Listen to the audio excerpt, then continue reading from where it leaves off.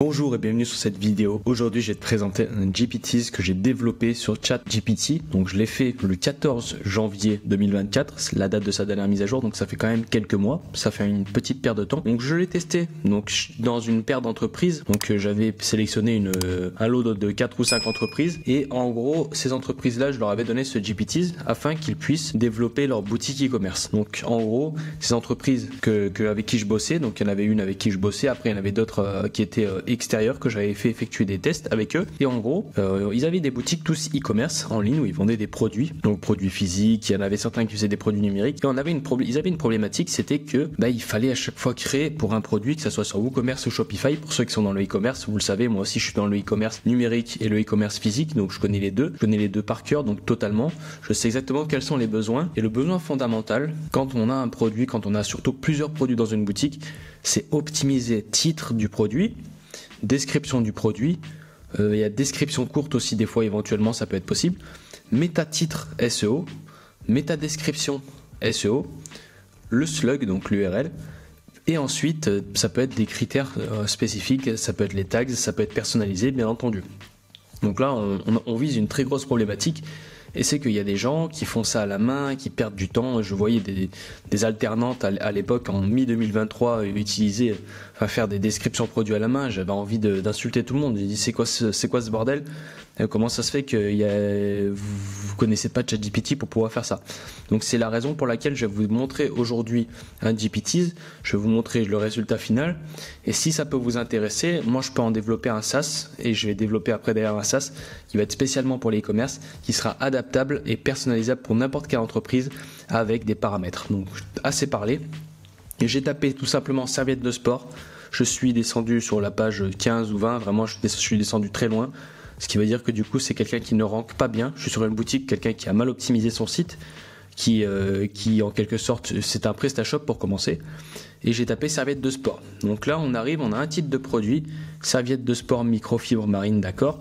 On a le pricing, on a ici, déjà ça c'est très mauvais, il a mis avis de nos clients alors que ça cache le résumé. On voit pas ce qu'il y a écrit là parfaitement, ça pose un problème. Mais bref, en tout cas, en résumé, on a serviette de sport microfibre marine, dimension, haute qualité, on a les détails techniques, et en bas la description, voilà, la description, tout ce qu'il faut pas faire. On commence par livrer sous 48 heures, dimension 85, il y a vraiment pas de copywriting, il y a pas de... En fait, c'est pas une description qui va ranker, c'est une description technique. Niveau expérience utilisateur, moi ça me donne pas envie de l'acheter personnellement. Il manque un petit coup là, sur cette page. Donc là en gros, j'avais ce cas-là, c'est que ces entreprises-là avaient tout le temps une personne ou plusieurs même qui s'occupaient de l'optimisation des produits sur le site, sur le back-office, WordPress, WooCommerce, ou Shopify, ou PrestaShop, ou n'importe quel CMS qui propose la création de produits de manière optimale.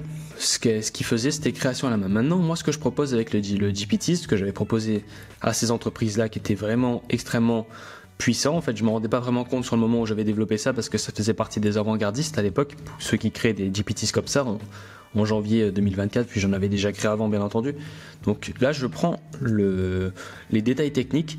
Donc partant du principe que tu fais du dropshipping ou que tu vends des produits, tout simplement, tu as tout le temps des détails techniques, tu as tout le temps des fournisseurs. Donc tu peux avoir un site, un fournisseur, par exemple ton fournisseur de serviettes. Imaginons que là, ça c'est mon fournisseur de serviettes et c'est sa description. Donc les fournisseurs en général, ils ont des descriptions de merde, ils ont des trucs de très mauvaise qualité, donc on peut réutiliser ça. Donc là j'arrive dans mon GPT, voilà, je vais mettre serviette de sport microfibre, je vais mettre quelques informations techniques, donc des informations techniques, là je vais mettre ça, très bien, et par la suite je peux très bien rajouter ça, même s'il y a de la duplication dans ce GPT, c'est pas grave.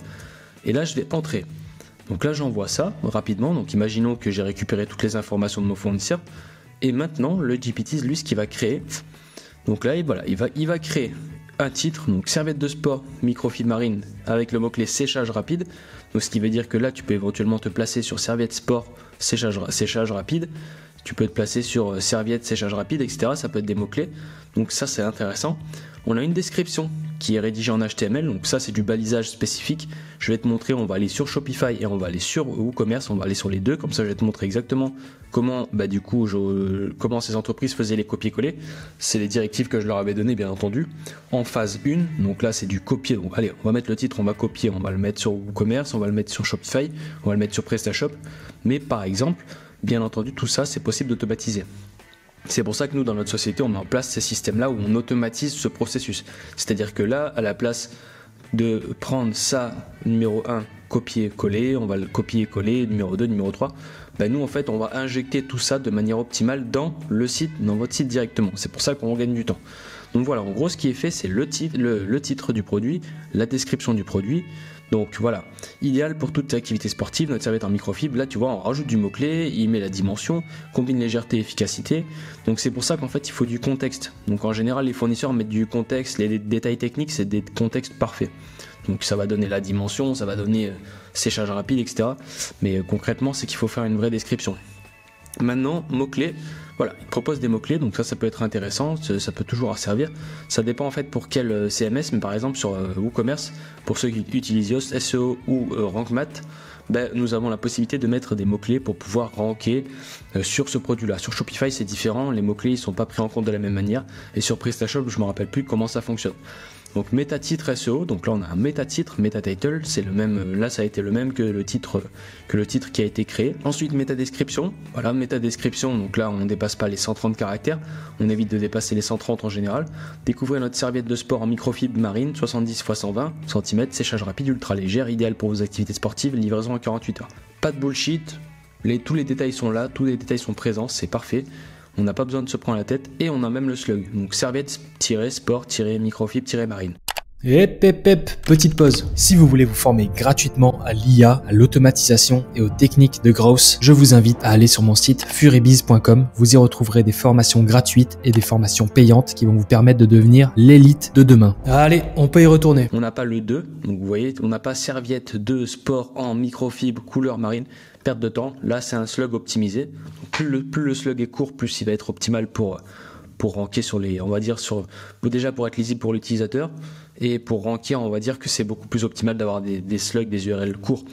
Donc ça c'est opérationnel. C'est parti, maintenant on va aller sur WooCommerce et Shopify, je vais te montrer exactement comment, on va partir sur le principe que j'ai une entreprise en tête, il y avait une alternante qui copiait-collait ça, je vais te montrer exactement le processus qu'elle faisait. Donc imagine-toi déjà la puissance de là ce que je suis en train de te montrer, alors imagine-toi la puissance au-dessus d'automatisation de ça. Mais encore plus au-dessus, l'automatisation, pas d'un produit, pas de deux produits, mais de 500 produits. Et une automatisation mise en place, toi tu prépares ta database de tous tes produits et après on injecte ça directement de manière optimale avec un système complètement automatisé. Allez c'est parti, on va sur les CMS. Ok, donc là on est sur Shopify et sur WooCommerce. Donc concrètement en fait je voulais vraiment faire une parenthèse par rapport à toutes les personnes qui suivent ma chaîne. Je sais qu'il y en a plein qui suivent pour l'IA, il y en a d'autres qui sont aussi IA SEO, il y en a qui sont que SEO, moins IA. La vérité c'est que si tu comprends pas, tu n'arrives pas à faire la différence entre un titre de produit, une description de produit, les mots-clés, métatitre, métadescription, slug, je t'invite vraiment à te former, à comprendre pourquoi c'est important, pourquoi cette vidéo en fait c'est pas du bullshit, c'est du bullshit. Pourquoi cette vidéo c'est super important et pourquoi en fait il faut que tu apprennes ça et que tu comprennes la puissance de ça. Donc je t'invite vraiment à te référencer sur le SEO, comprendre les bases, utiliser ChatGPT pour te former, comprendre pourquoi c'est obligatoire d'optimiser son site. Parce que si tu vends des produits et que tu as une description pourrie, il n'y a personne qui va commander et concrètement ton CTR il va être mauvais, tu vas pas vendre. Et si tu fais une boutique pour pas vendre, c'est que tu n'es pas du tout un entrepreneur ou un businessman. L'objectif c'est de vendre. Donc là maintenant, titre de produit, je te montre. On va aller sur Shopify. Voilà, donc là, titre de produit, il y avait déjà la définition de la limite de caractères. Bien entendu, toutes les métriques ici sont personnalisables. C'est pour ça que moi, je vous dis, si ça vous intéresse, je peux développer un SaaS et vous pouvez aller du coup directement dans ce même SaaS. Donc quand je dis SaaS, c'est-à-dire c'est un site en ligne où vous allez pouvoir faire ça de manière claire pour votre site et c'est super simple, ce sera simple d'utilisation et personnalisable.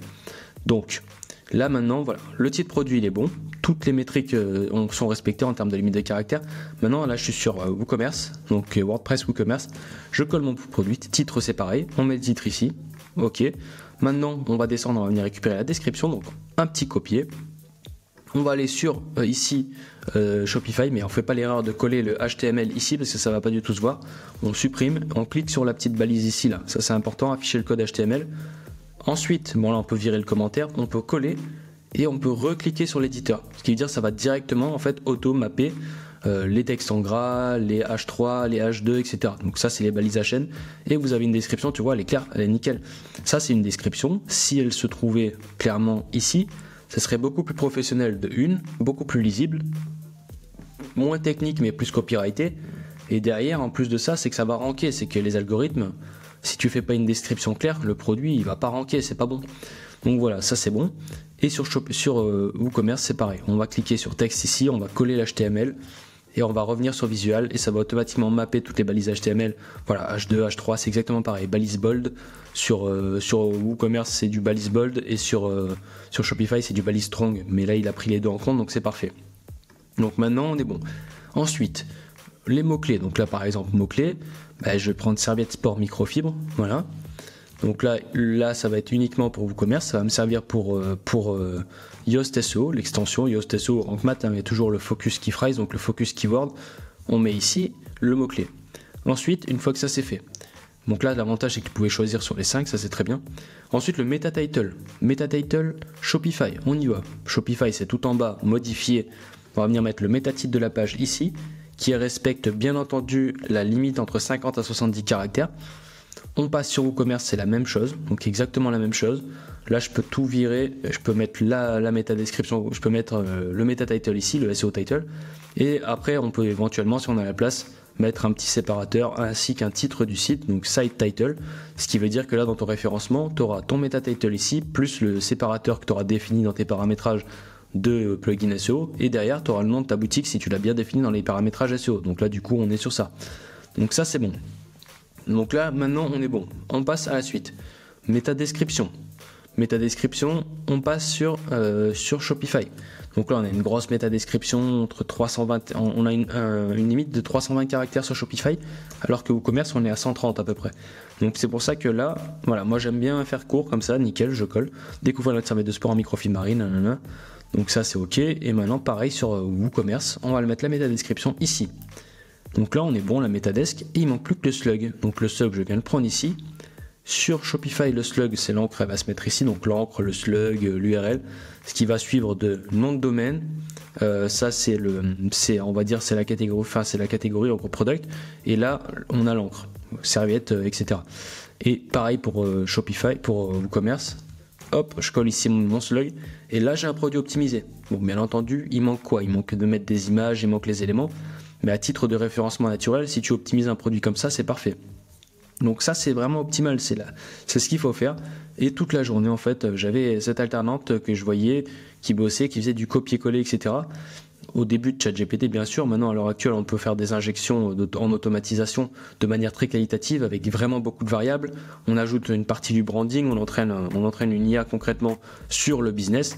C'est-à-dire que ça c'est bien, c'est du niveau 1, mais vraiment le niveau le plus important, si toi aujourd'hui tu regardes cette vidéo et que tu as une société et que tu aimerais développer cette société e-commerce vraiment en ligne, dans n'importe quel pays, etc., tu me contactes, on peut entraîner une machine pour toi, on peut entraîner une machine sur ton business, sur ton branding, sur la vision de ton entreprise, et en fait ça va totalement influencer tout ce qui va être rédigé ici. Là on est sur du texte basique sans âme, on est sur du texte, enfin sans âme.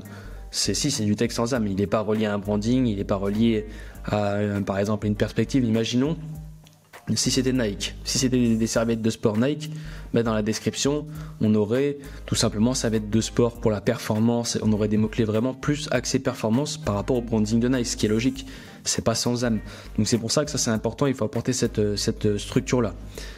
Donc voilà, c'était vraiment une petite vidéo pour te montrer ça concrètement. Je t'invite vraiment à te référencer à ce que c'est le SEO, le pur SEO, parce que là aujourd'hui on a l'IA et les gens qui ne font pas de SEO et qui veulent pas vraiment s'intéresser à ça, c'est très dommage, que ce soit pour les réseaux sociaux, que ce soit pour les articles de blog, que ce soit pour les produits e-commerce, que ce soit pour les publications de réseau, que ce soit pour les articles LinkedIn aussi, ça rend bien, il y a plein de choses intéressantes. Donc voilà, c'était ma idée, j'espère que ça t'a plu, n'hésite pas à liker, partager, commenter et à suivre cette chaîne qui est quand même une pépite. Je donne des choses que à l'heure actuelle je les ai pas vues encore ailleurs, je vais vraiment loin dans la petite technicité et je vous garantis qu'en fait vous allez vous rendre compte dans 6 mois si vous faites ça et que vous utilisez mes systèmes, vous allez comprendre qu'en fait, putain, il avait raison de ce con. Donc voilà, c'était Mayday. Ciao.